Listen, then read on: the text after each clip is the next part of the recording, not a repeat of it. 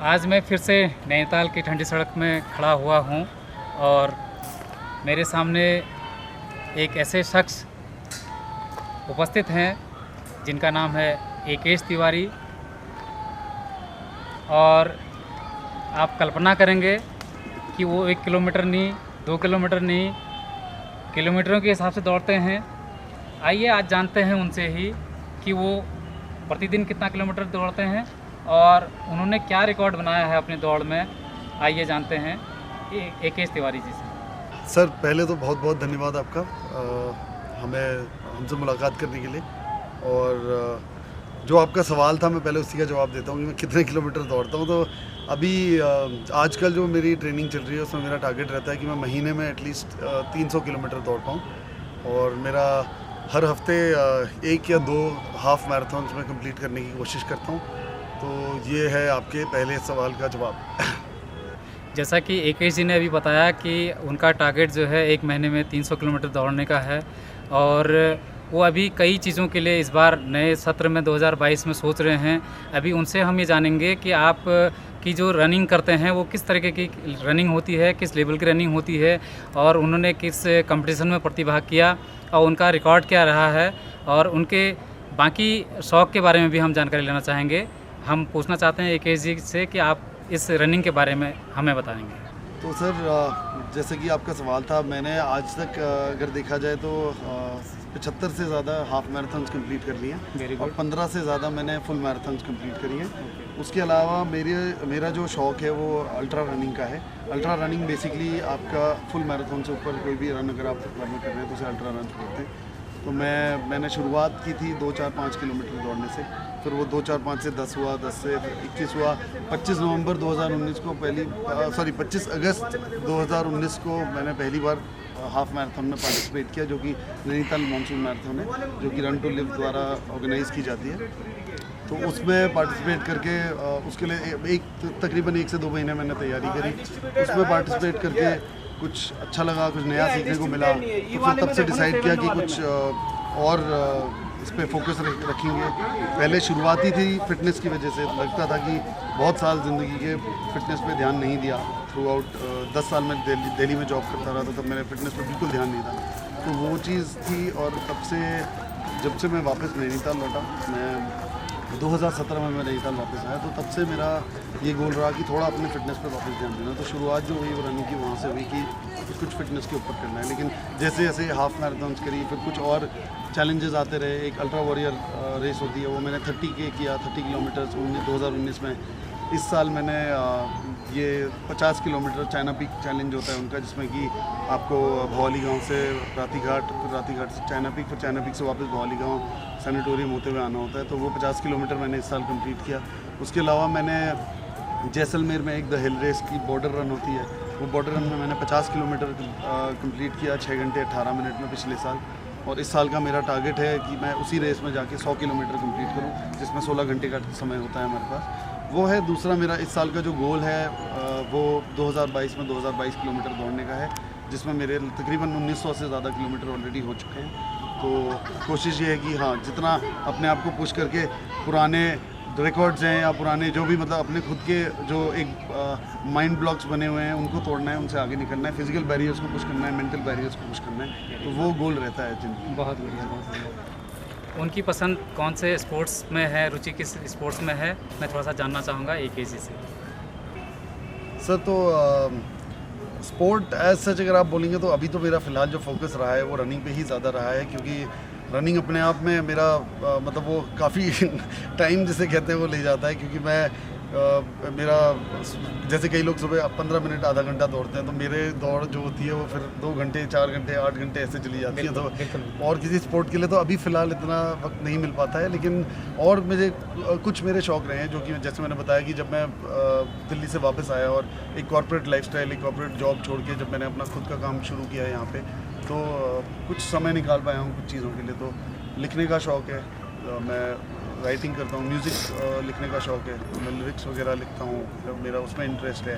Photography का शौक़ है, तो मैं हाइक्स पे जाता हूँ, यहाँ ट्रेल्स पे, चाइना पीक हो गया, आपका पंगोट साइड हो गया, और मैं जाके वहाँ पे फ़ोटोग्राफी करने का शौक़ रखता हूँ। थोड़ा घूमने का शौक़ है, वो शायद सभी को होता है, बट हाँ इस बीच तो कोविड के बाद से हम ज़्यादा निकल नहीं पाए, बट जितना भी हो पाता है अब मैं कोशिश ये रखता हूँ कि मैं उन सब चीज़ों को मिला के चलता हूँ कि अगर मैं किसी रेस के लिए यहाँ से मान लीजिए जैसलमेर जा रहा हूँ या फिर अभी मैंने सोलंग स्काई अल्ट्रा के लिए मनाली जाना है, तो वही मेरा घूमना भी हो जाता है, वही मेरी फ़ोटोग्राफी भी हो जाती है और वही मेरी एक रेस भी हो जाती है। तो वो सब चीज़ें कॉमन गोल बना के वो रनिंग हर चीज़ को एक साथ ले आती है मेरे। एकेश जी, आप ज़रा मुझे बताएंगे कि आपकी इस वर्ष की यदि कोई अचीवमेंट बोलें इस रेस में, तो आप किस रेस का जिक्र करना चाहेंगे और उसमें आपकी पोजीशन क्या रही?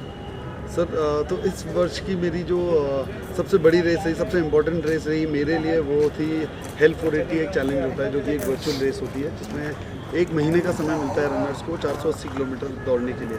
तो 480 किलोमीटर उसमें कंप्लीट करने होते हैं। ये एक इवेंट है जिसमें मैं पिछले 3 साल से पार्टिसिपेट कर रहा हूँ। तो 2020 में मैंने ये चैलेंज 15 दिन में कंप्लीट किया था, तब मेरी 5th रैंक आई थी ऑल ओवर इंडिया।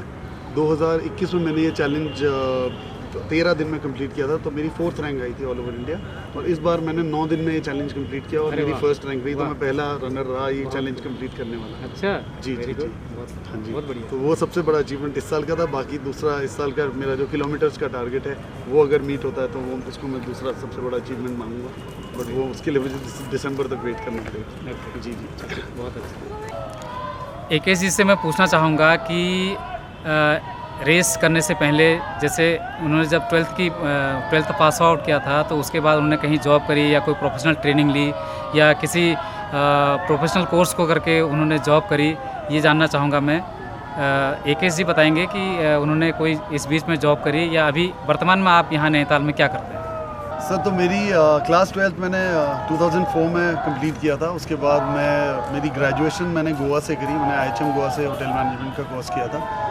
फिर उसके बाद मैं दिल्ली वापस आया। मैंने 10 साल दिल्ली में जॉब करी। मैंने होटल इंडस्ट्री तो नहीं चुनी थी, बट मैं डिजिटल मार्केटिंग करता था, मैं कंटेंट क्रिएशन करता था, मैं search engine optimisation, digital marketing, सारी फील्ड में मैंने काफ़ी समय तक काम किया है। मैंने शुरुआत करी अपनी जॉब की मेक माई ट्रिप से। फिर मेक माई ट्रिप में मैं 2 साल रहा। उसके बाद मैं फोर्ड मोटर्स में मैंने काम किया है। फिर उसके बाद मैंने टाइम्स ऑफ इंडिया में काम किया है। कुछ साल मेरा अपना स्टार्टअप भी रहा प्रोजो के नाम से, जिसके साथ मैं इन्वॉल्व रहा दिल्ली में।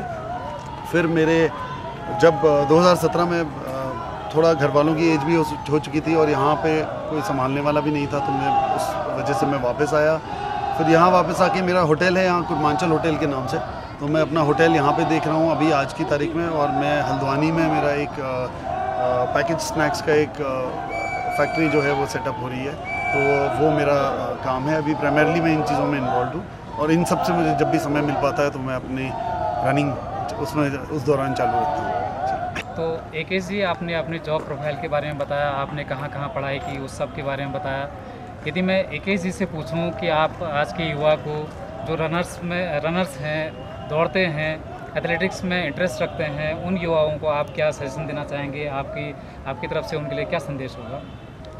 जी सर, सबसे पहले मैं सिर्फ युवाओं को नहीं, मैं रनिंग का तो मैं संदेश हर किसी को देना चाहूँगा, क्योंकि मुझे लगता है आज की तारीख में खासकर मुझे लगता है कि युवाओं से भी ज़्यादा ज़रूरी जो मतलब हमारे एज के लोग हैं या फिर किसी भी एज के लोग हैं, उनके लिए ज़रूरी है दौड़ना। क्योंकि दौड़ना अपने आप में एक ऐसी चीज़ है कि वो आपको आपके लाइफ के हर एस्पेक्ट में कहीं ना कहीं रिफ्लेक्ट करता है। कि कई लोग, जैसे मैं कई लोगों से बात करता हूँ और मैं उन्हें थोड़ा दौड़ने के लिए प्रोत्साहित करने की कोशिश करता हूँ, तो वे कहते हैं कि नहीं, हम तो सुबह सुबह अगर हम दौड़ेंगे तो हम थक जाएंगे, फिर हमें थकान हो जाएगी, दिन भर काम नहीं कर पाएंगे वो। बट ये एक मिथ है, ऐसा होता नहीं है एक्चुअली।